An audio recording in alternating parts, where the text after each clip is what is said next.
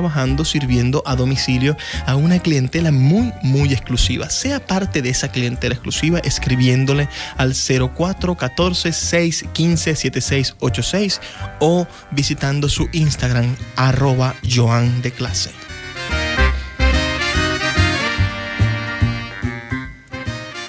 El día de hoy vamos a estar leyendo un libro hermoso e importante, un libro llamado La mujer en el tiempo. Es una cronología ilustrada que describe 20 siglos de personajes y eventos que marcaron la historia de la mujer.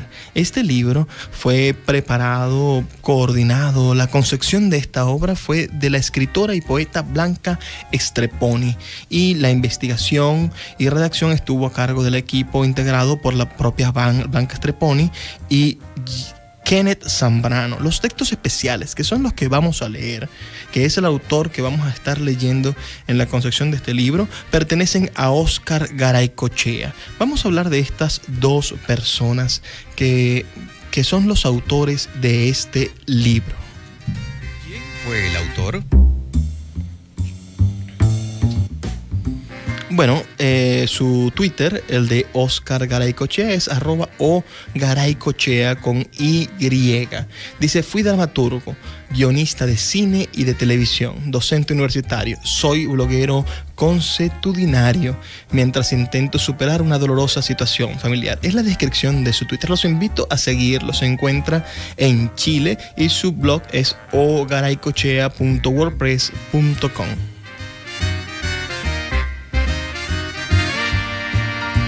¿Quién fue el autor? También tenemos a la autora Blanca Streponi, nacida en Buenos Aires en el año 1952. Es una escritora y editora, autora de varios libros, entre ellos las obras de teatro Birmanos, editadas por Monte Ávila Editores en el año 1991. El libro de relatos El médico chino, también editada por Monte Ávila Editores en 1999. Y los libros de poemas, Poemas visibles, Casa de la Cultura de Maracay en 1988. El jardín del verdugo, Pequeña Venecia en 1992. Las vacas, editorial Pequeña Venecia, 1995. Diario de John Roberton, El tucán del Virginia en 1996, Balada de Revelación, editada por Ediplus en el 2004, y Crónicas budistas de Decir Ediciones en el año 2016. Esta es la que ha pensado este hermoso libro, La mujer en el tiempo, una cronología ilustrada del paso, ¿no?, de la mujer durante la historia de la humanidad. Es un libro exquisito, lleno de excelentes referencias acerca de la historia de la mujer, de la historia del hombre en relación con la mujer, el problema de la explotación, del machismo, de cómo la sociedad ha excluido a la mujer de los momentos más importantes. Voy a leer algunos textos especiales escritos en su mayoría por el señor Garaycochea, por el señor Óscar Garaycochea. Voy a leer este primer texto referido a la cultura griega, titulado Del gineceo al desenfreno, mujeres de la Grecia antigua. En la Grecia antigua habían dos clases de mujeres: aquellas que bien eran consideradas por la sociedad, que no salían de la casa de su padre o su marido más que para asistir a unas pocas ceremonias religiosas o para visitar a sus amigas, mientras que por el otro lado estaban las etarias, probablemente extranjeras bien educadas, que usaban cabellos más largos que el resto de las mujeres, que se maquillaban y vestían de manera provocativa. Lucían, por ejemplo, un seno desnudo. De las madres y esposas ejemplares poco se sabe, como si no valiera la pena hablar de ellas, porque solo cumplían con su deber al someterse a las convenciones. Prostitutas como Lais o Frine, en cambio, gozaron de renombre por su belleza y cultura. A pesar de su oficio, Aspasia llegó a casarse con Pericles, el líder de Atenas. Las mujeres no eran consideradas ciudadanas, como tampoco lo eran los esclavos y los menores de edad, por lo que no participaban en las frecuentes asambleas donde los hombres decidían los asuntos de la comunidad. Tampoco podían asistir a los torneos deportivos que los hombres practicaban desnudos, ni a las representaciones teatrales. El gineceo era la parte de la casa que les estaba reservada a ellas. Las jóvenes se casaban en plena adolescencia. Sus padres concertaban el matrimonio y suministraban la dote. No se consideraba que el matrimonio estuviera relacionado con el amor. Su principal misión en este mundo era parir hombres útiles para el Estado. Las madres comenzaban muy temprano a instruir a sus niñas en las tareas domésticas, que eran casi todos los conocimientos que les estaba permitido poseer. Al casarse, las mujeres griegas no adquirían derechos sobre los bienes del marido. Si enviudaban, podían quedar en la calle. Para evitar esa desgracia, el padre se apresuraba a buscarles otro marido. Los hombres podían mantener todas las concubinas que desearan sin que la esposa protestara por su decisión. En el estado militarizado de Esparta, los hombres y mujeres vivían separados la mayor parte del tiempo y solo se reunían con el objeto de procrear ciudadanos útiles para el sistema. El vestido de las mujeres era muy simple y se ajustaba al cuerpo y se mantenía en su sitio mediante cinturones y broches. El pelo, que debía mantenerse corto como evidencia de humildad, se rapaba en señal de duelo. Para asistir o salir a la calle, las mujeres usaban sandalias, a veces plataformas que aumentaban su estatura, pero dentro del hogar andaban descalzas, recurrían a cremas de belleza, perfumes, maquillajes discretos, se depilaban los brazos y piernas mediante cera caliente, quemando o afeitando el vello no deseado. A partir de un orden tan estricto, una vez por año, las mujeres escapaban de su encierro en el gineceo, la parte del hogar donde los hombres no penetraban, para reunirse fuera de las casas en montes agrestes, lugares como bosques y cerros. Libres del control del hombre, a quien estaba prohibido espiarlas para honrar a Baco mediante el consumo generalizado de vino y alucinógenos, entre los cuales se encontraba la hiedra, la escenificación de bailadas obscenas, temibles, de las cuales derivaban las imágenes de brujas que adoraban al demonio y aterrorizaban durante siglos a la sociedad cristiana del medioevo.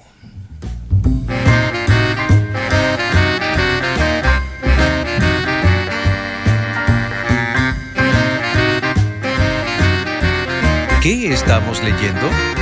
Estamos leyendo el texto La mujer en el tiempo, cronología ilustrada, editada por Magenta Ediciones, un libro preparado por la poeta Blanca Estreponi. Esto aquí en nuestro espacio Puerto de Libros, librería radiofónica, que trabaja para ustedes con tanto cariño. Si tienen algún comentario acerca de lo que vamos a estar leyendo durante toda la noche, por favor, escríbanos al 0424-672-3597 o escríbanos también, por favor, a nuestro correo electrónico ventas@puertodelibros.com.be o a nuestras redes sociales @puertodelibros, en Twitter, en Instagram y en el Facebook. Esto es un libro delicioso en muchísimos sentidos. Les voy a leer otro pequeño fragmento sobre las ideas de las mujeres que tenían los griegos. Este texto se llama Mujeres Viriles, las Amazonas. ¿Gozaron alguna vez las mujeres de libertad y poderes equivalentes a los que disfrutan los hombres? La historia de las Amazonas, por muchos una leyenda, hoy confirmada por la arqueología, responde afirmativamente a esa pregunta. Las Amazonas eran nómades originarias de las llanuras del Cáucaso, hoy Rusia, que eran expertas en el arte de la equitación. Se desplazaban a gran velocidad y luchaban de igual a igual con los ejércitos masculinos. Se establecieron en las islas griegas de Lesbos y Samotracia. Ellas habrían utilizado a los hombres como reproductores y sirvientes sin someterse en matrimonio a ninguno. Se encargaban de todas las tareas que en la antigüedad quedaban reservadas para los hombres. Gobernaban, exploraban su inmenso territorio, producían armas, luchaban con ellas demostrando un valor no inferior al masculino. Cuando nacían hijos, producto de las breves relaciones que mantenían con sus prisioneros elegidos para cumplir esa función, las niñas eran educadas para la guerra y los niños cegados o muertos. De acuerdo a las representaciones plásticas, las amazonas se mutilaban el seno derecho para que les fuera más fácil manejar el arco y la jabalina.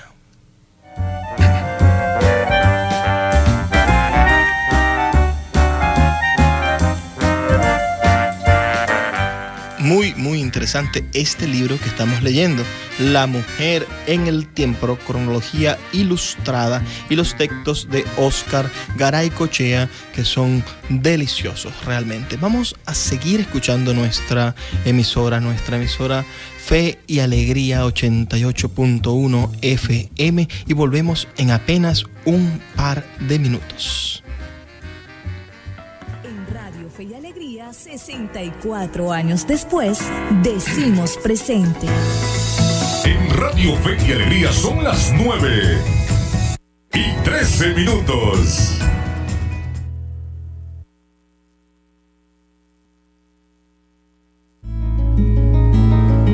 Escuchas Puerto de Libros, Librería Radiofónica, por Radio Fe y Alegría, con todas las voces.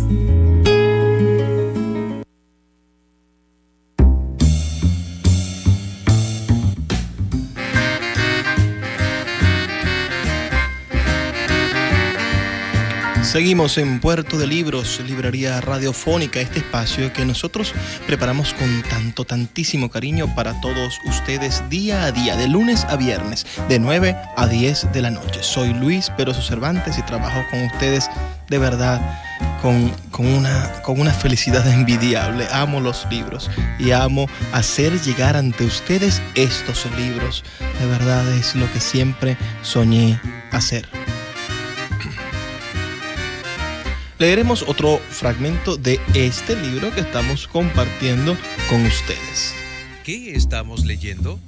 Pues estamos leyendo nada más y nada menos que el libro La mujer en el tiempo, una cronología ilustrada que narra 20 siglos de personajes, eventos que marcaron la historia de la mujer. Estamos leyendo los textos de Óscar Garay-Cochea.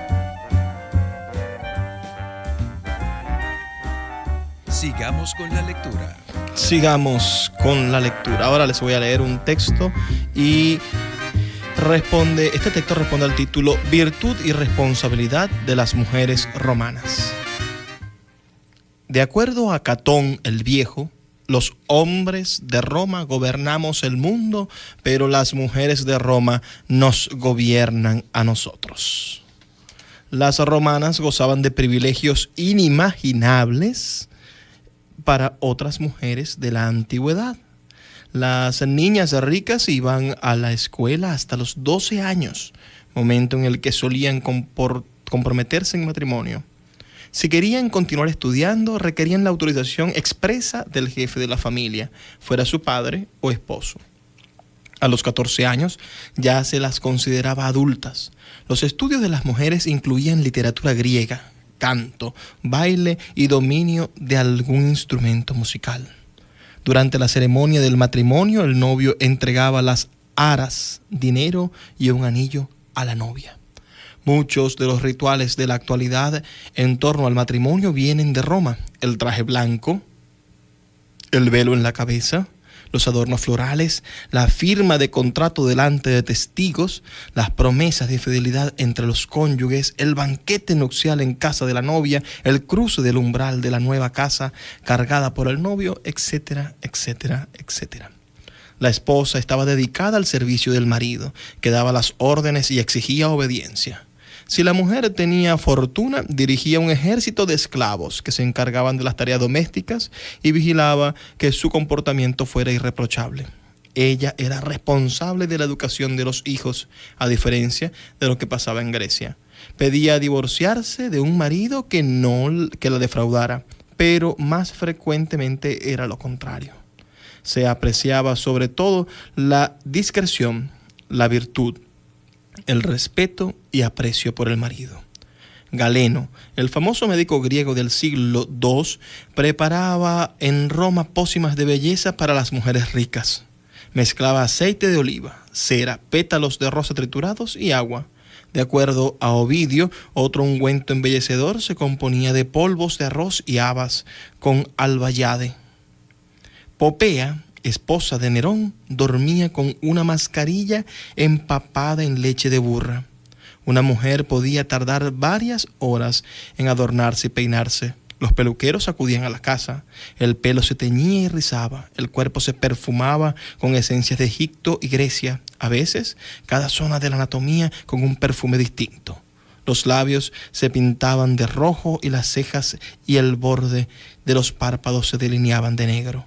Las mujeres libres, al menos, parecen curiosamente modernas y si les tocaba la desgracia de enviudar, situación más que probable en una época de emperadores crueles, guerras contra los bárbaros y promiscuidad sexual, aquellas que habían permanecido todo el tiempo en segundo plano administraban su patrimonio sin consultar con nadie. No obstante, la autonomía que revelaba en esos momentos la conexión con la familia era lo fundamental de sus vidas. Cuando los hombres caían en desgracia, las mujeres no dudaban en cortarse las venas o ingerir veneno para evitar el deshonor. Así actuaban las mujeres en la Roma antigua. ¿Qué les parece? Déjennos un mensaje al 04-24-672-3597 o escríbanos a nuestras redes sociales, a Puerto de Libros, en Facebook, en Twitter, en Instagram, en cualquiera de las redes sociales que se manejan con regularidad. De verdad queremos saber qué opinan, cómo estamos haciendo este trabajo de promoción de la lectura a través de las ondas hertzianas de Fe y Alegría 88.1 FM. Estamos leyendo el libro La mujer en el tiempo, cronología ilustrada. Ahora vamos a leer unos textos que nos van a adelantar algunos años. Vamos a leer el texto Bachilleras y preciosas ridículas. Espero que sea de su total agrado y que podamos continuar escuchando y disfrutando de Puerto de Libros por muchísimo rato. En 1659, el dramaturgo Molière vuelve a París y ya en la corte de Luis XIV, tras años de recorrer Francia con sus comediantes, en un intento de seducir a la audiencia de la capital, escribe y estrena Las preciosas ridículas. Farsa en la que se burla de las mujeres que aguardan, pero no exigen un trato civilizado de los hombres. Madame Rivoulet era un personaje parodiado. Ella había organizado en su casa una reunión semanal en la que participaban gente de la nobleza, artistas y científicos para conversar sobre los temas de la actualidad, exceptuando la religión. ¿Por qué prestar atención a una actividad como esa? ¿No había sucedido antes que hombres y mujeres compartieran la conversación? Las salonières o damas que provocaban a la gente más esclarecida de su época para discutir ante una audiencia mixta se transformaron en una tradición continuada por Madame Goffin, gestora de la Enciclopedia Francesa, y Madame Camier durante la época napoleónica. Madame Steele escribió: viajaría 500 leguas para oír la charla de un hombre inteligente. Una gran distancia, porque los hombres sabios no abundaban. Molière convierte a esas mujeres ansiosas de instruirse, capaces de entender a los hombres, de dialogar con ellos, en una figura grotesca, una bachillera. Por bella que fuera, solo podía hacer el ridículo, obteniendo risas y aplausos para el autor. ¿Pretendía Molière burlarse de las mujeres educadas, una minoría, o denunciar la sumisión e ignorancia del resto? El personaje de Mandelon plantea lo siguiente, y hacemos una cita. Dice: el matrimonio no debe llegar nunca sino después de otras aventuras. Es preciso que un amante, para ser agradable, sepa declamar los bellos sentimientos, exhalar lo tierno, lo delicado y lo ardiente, y que su esmero consista en las formas. Esconderá cierto tiempo una pasión hacia el objeto amado, haciéndose sin embargo varias visitas donde no dejes de sacar a colación un tema galante. Llegado el día, la declaración debe hacerse mientras las compañías se han alejado un poco, y esta declaración ha de ir seguida de un pronto enojo de la dama, que se revele en nuestro rubor y que aleje durante un rato al amante de nuestra presencia. Luego, el hombre encuentra medios para apaciguarnos, de acostumbrarnos insensiblemente al discurso de su pasión, de obtener de nosotras esa confesión tan descarable y desagradable. Después de esto vienen las aventuras, los rivales que se atraviesan, las quejas, las desesperaciones y todo lo demás. He aquí cómo se ejecutan las cosas dentro de las maneras elegantes. El cortejo amoroso, una de las pocas actividades en la que hombres y mujeres del siglo XVII dialogaban, debía evolucionar desde una óptica exclusivamente masculina que busca la satisfacción inmediata de deseos de ellos hacia otra perspectiva capaz de tomar en cuenta a la mujer que reclama tiempo, un proceso de excitación más lento que incluye desvíos y postergaciones del deseo, juegos de roles. Un programa similar a la terapia de 3 siglos más tarde que plantean los sexólogos Master y Johnson a los atribulados pacientes.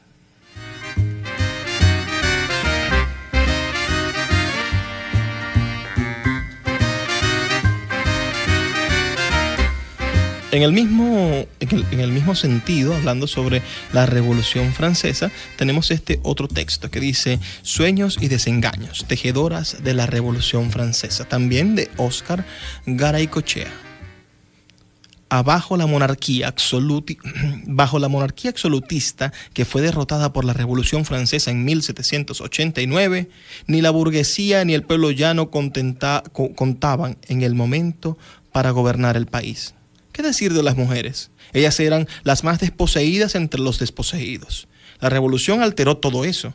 El rey fue destronado, luego lo guillotinaron para que no hubiera la menor posibilidad de arrepentirse. Los nobles fueron desposeídos de sus privilegios y los ciudadanos se encargaron de conducir el Estado. En 1789 fueron las mujeres quienes marcharon, antes que el resto de la sociedad, sobre el Palacio de Versalles, símbolo de la monarquía. Luego los hombres y el ejército se sumaron.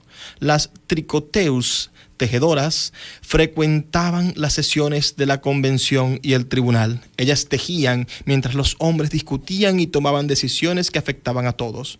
No se quedaban calladas. A pesar de no tener derecho a hablar, insultaban a gritos a los oradores, exigían leyes más radicales, presenciaban las ejecuciones junto a las agrupaciones revolucionarias masculinas que proliferaron entonces: el Club de los Jacobinos, el Club de los Corderos. Hubo agrupaciones femeninas tales como el Club de las Republicanas Revolucionarias, el Club de las Amazonas Revolucionarias, el Club de las Ciudadanas, etc. Algunos de estos grupos eran muy activos. Pretendieron imponer el uso del gorro rojo que simbolizaba la igualdad para todas las mujeres. En 1795 exigían que la represión a los opositores se intensificara. Apuñalaron a un diputado que se opuso a la medida. Los revolucionarios hombres irritados decidieron clausurar las sociedades femeninas. Se decretó que las mujeres sorprendidas en motines serían reprimidas sin contemplaciones y encarceladas. Se prohibió el acceso de las mujeres a las sesiones de la Asamblea Nacional. La joven Théorigne de Mercourt enfrentó al poderoso Robespierre y fue castigada por una banda de sus seguidores que le quitaron la ropa interior y la azotaron en la calle. Aunque las mujeres habían perdido el miedo a hacerse oír, de todos modos no tenían cómo imponer su voluntad. Esa insatisfacción alimentó años después a las socialistas y a las anarquistas.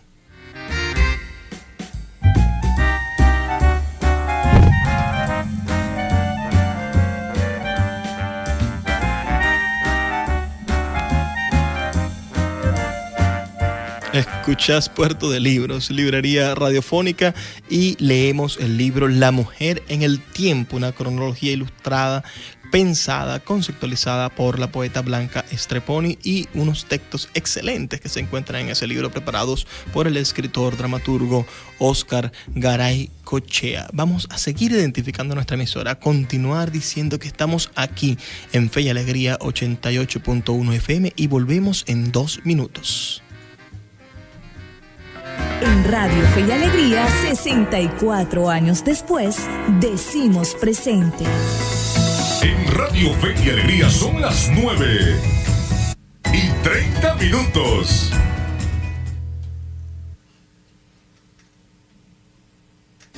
Promovemos la esperanza. En Radio Fe y Alegría, 64 años después, decimos presente.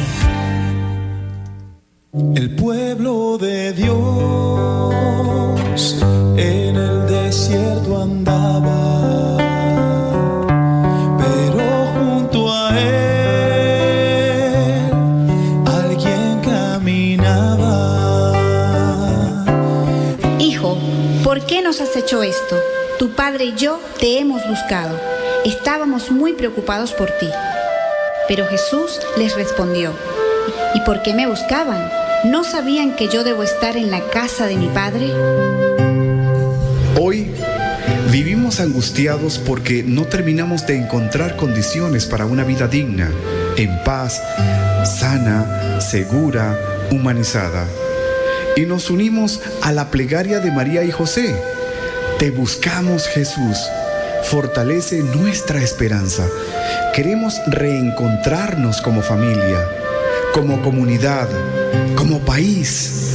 Oye nuestras súplicas y danos un nuevo amanecer. También soy tu pueblo, Señor, y estoy en la marcha. Tan solo tu gracia me basta y más nada. Este es un mensaje de Radio Fe y Alegría. Los rumores empeoran la crisis. Infórmate bien y no te hagas eco de las mentiras. Confirma todo antes de compartir. Que nada falte en este momento para Venezuela. Este es un mensaje de Radio Fe y Alegría.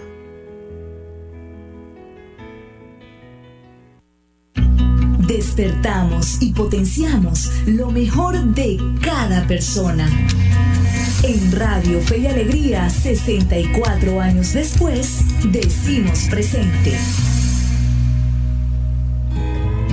El poeta Luis Peroso Cervantes le acompaña en Puerto de Libros, Librería Radiofónica, por Radio Fe y Alegría, con todas las voces.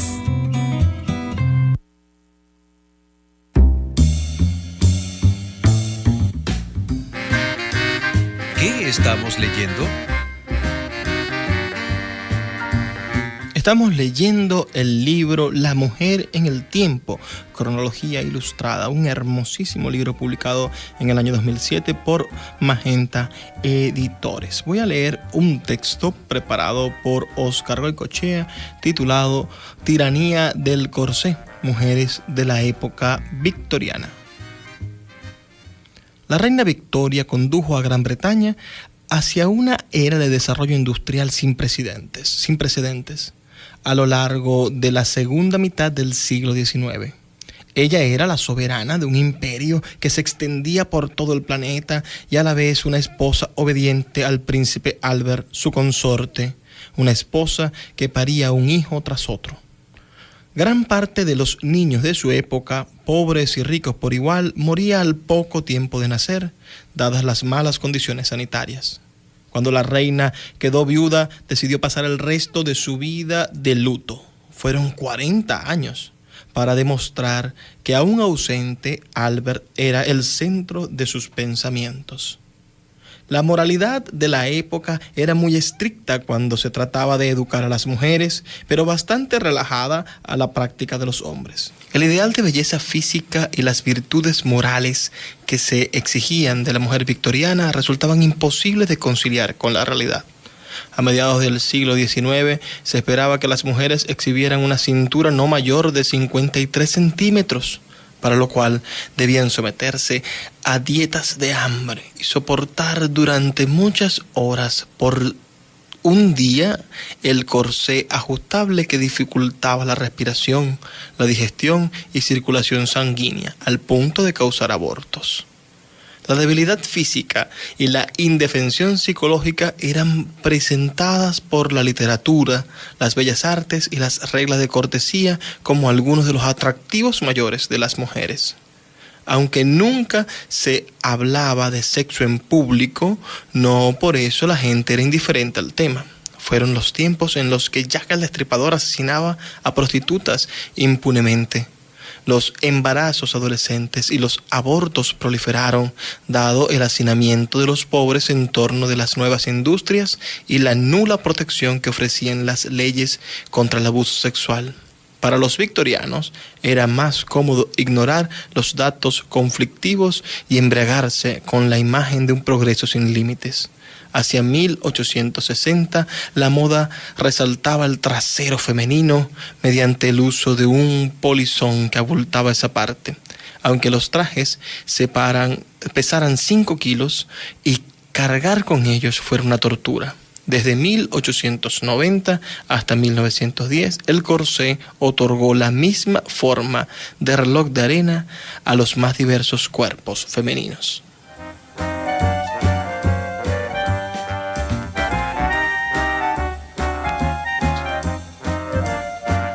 Ahora pienso leerles un texto llamado Soldaderas Mexicanas, mito y realidad. Este es un texto que me agrada muchísimo entre todos los textos escritos por Óscar Garaycochea para este libro titulado La mujer en el tiempo. Soldaderas Mexicanas, mito y realidad. Popular entre las tropas era Adelita, la mujer que el sargento idolatraba porque, a más de ser valiente, era bonita y hasta el mismo coronel la respetaba. María Félix dejó en el film Enamorada una imagen mitológica de las mujeres que participaron activamente en la Revolución Mexicana iniciada en 1910, por amor a un hombre. Las fotos de la época muestran otra cosa. Mujeres del pueblo, descalzas, cubiertas de harapos, delgadas por las penurias, polvorientas, que cargan hijos y pertrechos militares sobre la espalda. Fatigadas por años de guerra civil, compartiendo con sus hombres el calor, las heladas, las borracheras y las balas. Son las Adelitas, por la canción compuesta en homenaje a Adela Velarde Pérez, y las Valentinas, canción que inmortaliza a Valentina Ramírez. Valentina, Valentina, rendido estoy a tus pies, si me han de matar mañana, que me maten de una vez.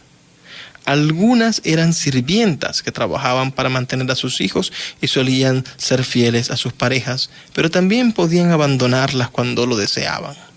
Cargaban mochilas, se arriesgaban apartándose de las tropas en busca de agua y alimentos. Construían refugios, curaban heridos. Algunas eran comerciantes, cocinaban frijoles y tortillas que vendían carne seca y pulque. Servían de correos y propagandistas, eran telegrafistas y espías. Cuando no dependían de ningún hombre, se prostituían para ganarse la vida. Sin ellas, los hombres hubieran desertado de una guerra que se eternizaba. Algunas pasaron a la leyenda por las actuaciones similares a las masculinas, como fue el caso de Amalia Robles, vestida de hombre por su madre, con el objeto de ponerla a resguardo de los sublevados. Ella tenía otros planes. Aprovechó su nueva identidad para pelear en el frente. Se destacó por su actuación. Fue promovida al rango de coronel. Todo ello sin revelar que era mujer. Recuperada la paz, volvió a la identidad femenina, pero nunca se casó. Jesús Palancares, en cambio, continuó vistiéndose de hombre después de la revolución, a pesar de que su marido trató de enseñarle a ser sumisa encerrándola en su casa, logrando que ella se resistiera pistola en mano. Petra Ruiz, que había sido ultrajada por el ejército federal, según la leyenda, se suma a los rebeldes con el propósito de ayudar a otras mujeres. Ella pelea como un hombre más. Durante el desfile que siguió a la batalla ganada por los rebeldes, se soltó las trenzas frente al general Venustiano Carranza y dijo: quiero que sepan que una mujer les ha servido como soldado. Pancho Villa no quería las soldaderas, porque según él destruían la disciplina que tanto le costaba imponer entre los hombres y estorbaban en el desplazamiento de las caballerías, porque ellas iban a pie. De acuerdo al trato que recibían, los caballeros eran más importantes. El general Carranza, una vez terminada la revolución, las expulsó del ejército.